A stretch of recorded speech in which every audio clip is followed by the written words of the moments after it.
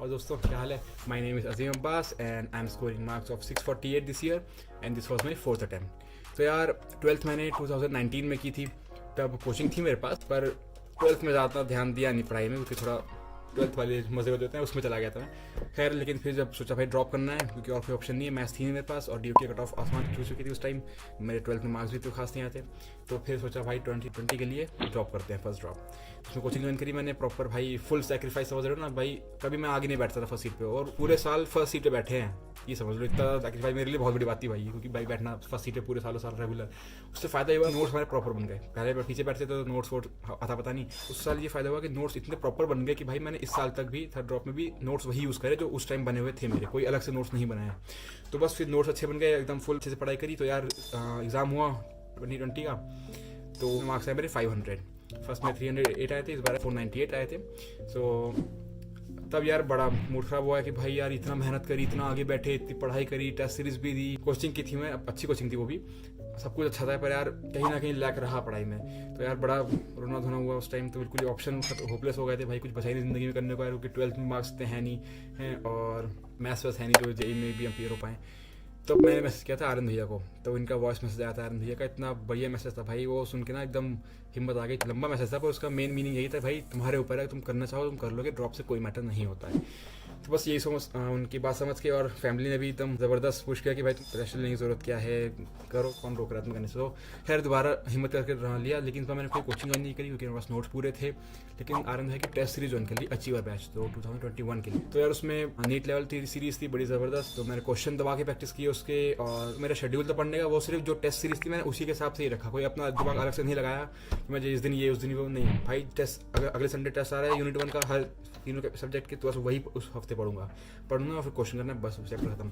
अब टेस्ट हो गया, टेस्ट के अगले दिन अगर कुछ क्वेश्चन गलत, तो उसी का डीपीपी जनरेटर भी है, अब तो फ्लैश कार्ड भी है, सिर्फ उसी टॉपिक का जो गलत है उसी का, बाकी सबके करने की जरूरत नहीं है। सिर्फ कुछ चैप्टर जो तुम्हारा लग रहा है कि हाँ ये गलत हो रहा है बार बार, जैसे छोटी छोटी डिटेल होती है ना, जैसे HBB1 जीन किस में है, HBB16 किस में है, ये सब चीज़ें पॉइंट वाली, तो ये सब चीज़ें इसमें फ्लैश कार्ड बहुत काम आते हैं। सो इस बार जब एग्ज़ाम दिया तो फिर मेरे आए 550 मार्क्स।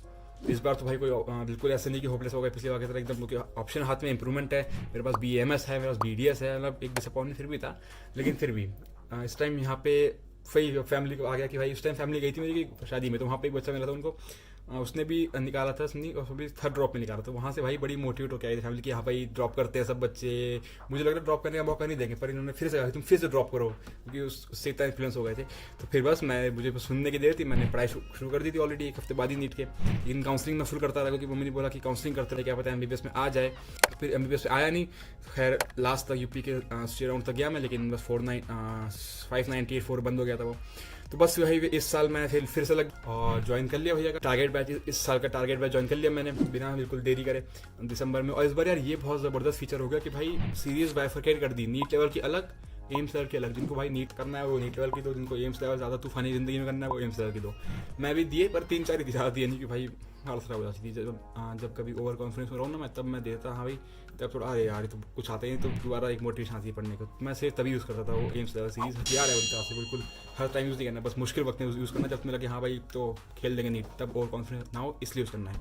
तो नीट लेवल सीरीज में कोई छोड़ता नहीं था टेस्ट, उसी दिन टेस्ट दे रहा, जिस दिन टेस्ट है बिल्कुल उसी में माहौल बना के 2 से 5 ही, ये नहीं कि मंडे को टल रहा है, टालना वालना बिल्कुल नहीं, बस उसी के टेस्ट सीरीज फॉलो करते रहा, जो क्वेश्चन गलत हुए और सिर्फ उसी का DPP और flash card, DPP flash card सिर्फ उसी का करता था जो टॉपिक गलत हो रहा है। पूरे चैप्टर में कितना नहीं करे, क्योंकि क्वेश्चन में ऑलरेडी सबके कर चुका था, मैंने अराउंड 14,000 क्वेश्चन करे होंगे इसी नीट प्रेप से, 14,000 क्वेश्चन करे होंगे मैंने, जहाँ जहाँ मुश्किल थे टॉपिक्स उन्हीं के सब नोट्स मैंने वही रखे, कोई नोट्स नहीं वही पुराने वाले नोट्स थे, और टेस्ट सीरीज और क्वेश्चन 14,000 तक किए थे मैंने लास्ट में। और कोचिंग ज्वाइन की थी मैंने, एक क्रैश कोर्स आया था 3 महीने का, दूसरी कोचिंग ज्वाइन किया था, लेकिन टेस्ट सीरीज में इसी की करता था नीट प्रेप की, और फिक्स ये बहुत सही चीज़ हो गई थी कि भाई अलग हो गई, उसमें एकदम क्लियर भाई कोई मैं डिफिकल्टी लेवल जाएगा ही नहीं नीट लेवल में, ये बहुत सही चीज़ हो गई है।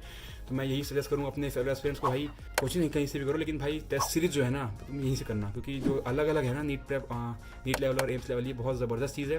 तुम्हें आइडिया रहेगा कि भाई हाँ NTA में इस नीट में इस लेवल की क्वेश्चन आते हैं, अगर ज़्यादा मुश्किल आ जाए बाई चांस आ जाए, तो एम्स लेवल से चीज़ें भी कभी कभी देते रहना।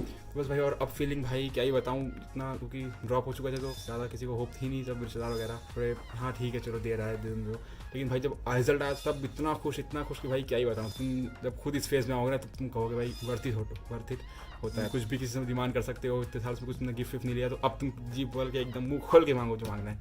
खैर वो सब तो जब तुम करोगे तो तुम्हें खुद महसूस होगा। बस ऑनेस्टी से टेस्ट दो और अच्छे से पढ़ाई करो, और मार्क्स हमेशा 550 प्लस मेंटेन रखो, क्योंकि मैं लास्ट में हमेशा 580 590 रहते थे भाई, मेरे 600 से ऊपर मार्क्स नहीं गए। मैंने कोशिश बहुत की भाई वो टॉप 50 में नाम आ जाता है, पर आया नहीं कभी, एक बार भी नहीं आया। तो खैर, लेकिन मैं क्वेश्चन हमेशा 550 प्लस ही मेंटेन करता था। तुम भी अगर 550 प्लस मेंटेन कर रहे हो तो भाई तुम्हें कोई नहीं रोकेगा, सुबह तुम्हारे। तो तुम जाओ नीट एग्जाम में प्रेशर लोगे, गलत करके आओगे। अगर तुम प्रेशर ना लो दिमाग में, जो मैंने 2020 में प्रेशर लेके ख़राब कर दिया था, और नीट लेवल टेस्ट सीरीज में तुम्हारे 550 प्लस आ रहे तो तुम भाई आराम से निकाले जाओगे। तो बस thank you so much and all the best.